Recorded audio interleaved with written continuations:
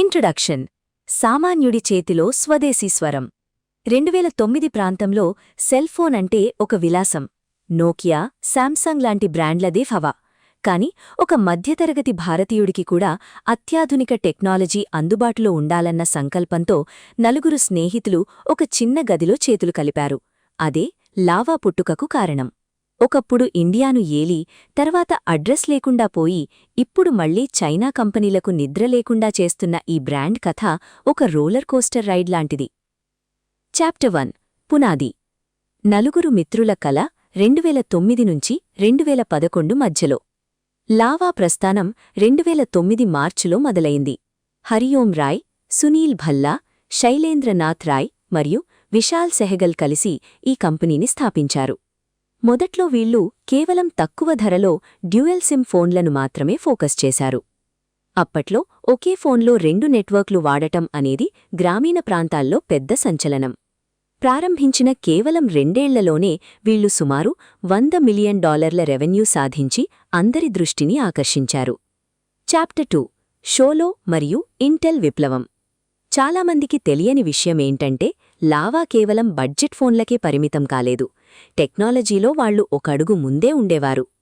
2012లో వీళ్లు షోలో అనే సబ్బ్రాండ్ను తెచ్చారు. ప్రపంచంలోనే మొట్టమొదటిసారిగా ఇంటెల్ ప్రాసెసర్తో పనిచేసే స్మార్ట్ఫోన్ షోలో X900ని లాంచ్ చేసింది లావాయే. గూగుల్, శాంసంగ్ కంటే ముందే ఈ ప్రయోగం చేసి గ్లోబల్ టెక్ వరల్డ్ని షేక్ చేశారు. చాప్టర్ 3.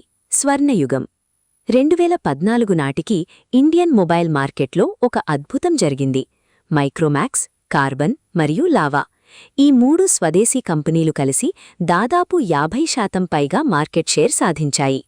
ఆ సమయంలో శాంసంగ్ వంటి దిగ్గజాలకు కూడా లావా గట్టిపోటీ ఇచ్చింది. వీళ్లు కేవలం ఫోన్లే కాదు, టాబ్లెట్లు మరియు విండోస్ ఫోన్లను కూడా తయారుచేసే స్థాయికి ఎదిగారు. భారతీయులకు మేడ్ ఇన్ ఇండియా బ్రాండ్ మీద నమ్మకం పెరిగిన టైమిది. చాప్టర్ 4. చైనా దండయాత్ర మరియు 4G shock. Lava the downfall. Lava పతనం ఎక్కడ మొదలైంది? ఇక్కడ 2 ప్రధాన కారణాలున్నాయి. Capital dumping from China. China కంపెనీలైన షియా오మీ, ఒప్పో, వివో ఒకేసారి భారీ ఫండ్స్తో ఇండియా మీద పడ్డాయి. వాళ్లు నష్టాలు వచ్చినా సరే చాలా తక్కువ ధరకే హై ఎండ్ ఫీచర్లు ఇచ్చి మార్కెట్ని ఆక్రమించాయి. The Jio revolution 2016. జియో ఎంట్రీతో ఇండియా 4G వైపు దూసుకెళ్లింది. కాని లావా అప్పటికీ ఇంకా 3G ఫోన్ల స్టాక్తోనే ఉండిపోయింది. 4Gకి మారడంలో జరిగిన జాప్యం వల్ల చైనా బ్రాండ్స్ ఆ గ్యాప్ని ఫిల్ చేసేశాయి. చాప్టర్ 5. చీకటి రోజులు. మనుగడ కోసం పోరాటం. చైనీస్ బ్రాండ్ల మార్కెటింగ్ మాయలో మైక్రోమాక్స్, కార్బన్ లాంటివి దాదాపు కనుమరుగయ్యాయి. కాని లావా ఓడిపోవడానికి సిద్ధంగా లేదు. వీళ్లు ఒక తెలివైన పనిచేశారు. స్మార్ట్ ఫోన్లలో పోటీ పడలేకపోయినా feature phone, keypad phones market మీద ఫోకస్ పెంచారు. ఇప్పటికీ ఇండియాలో కీప్యాడ్ ఫోన్ల అమ్మకాల్లో లావా టాప్ పొజిషన్లో ఉంది. ఈ ఆదాయంతోనే వాళ్లు R&D, రీసెర్చ్ అండ్ డెవలప్మెంట్ని కాపాడుకున్నారు. వాళ్లు తమ సొంత డిజైన్ సెంటర్లను నోయిడాలోనే ఏర్పాటు చేసుకున్నారు. Chapter 6. Manufacturing power house Noida plant. ప్రభుత్వం తెచ్చిన PLI production linked incentive scheme లావాకు ఒక కొత్త ఊపిరిని ఇచ్చింది. నోయిడాలో వీళ్లు ఏర్పాటు చేసిన ప్లాంట్ ఇప్పుడు నెలకు 30 లక్షల ఫోన్లను తయారుచేసే కెపాసిటీని కలిగి ఉంది. ఇంట్రెస్టింగ్ పాయింట్ ఏంటి అంటే లావా కంపెనీ కేవలం తన ఫోన్లే కాదు, నోకియా, మోటోరోలా మరియు కొన్ని అమెరికన్ మెడికల్ కంపెనీలకు కూడా మ్యాన్యుఫ్యాక్చరింగ్ పార్ట్నర్గా వ్యవహరిస్తోంది. అంటే మనం వాడుతున్న ఇతర బ్రాండ్ ఫోన్లు కూడా లోపల లావా తయారు చేసినవే అయి ఉండవచ్చు. చాప్టర్ 7. పునరాగమనం. అగ్ని మరియు బ్లేజ్ అనే కొత్త సిరీస్. 2021 నుంచి లావా ఒక కొత్త రూపాన్ని సంతరించుకుంది. కేవలం ఇండియన్ బ్రాండ్ అని చెప్పుకోవడం కంటే క్వాలిటీతో చైనా కంపెనీలకు సవాల్ విసిరింది. అగ్ని 5G మొబైల్. ఇండియన్ మొబైల్ హిస్టరీలో ఒక land mark phone.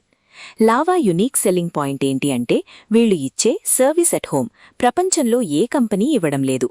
Phone repair వస్తే వాళ్లే ఇంటికొస్తారు.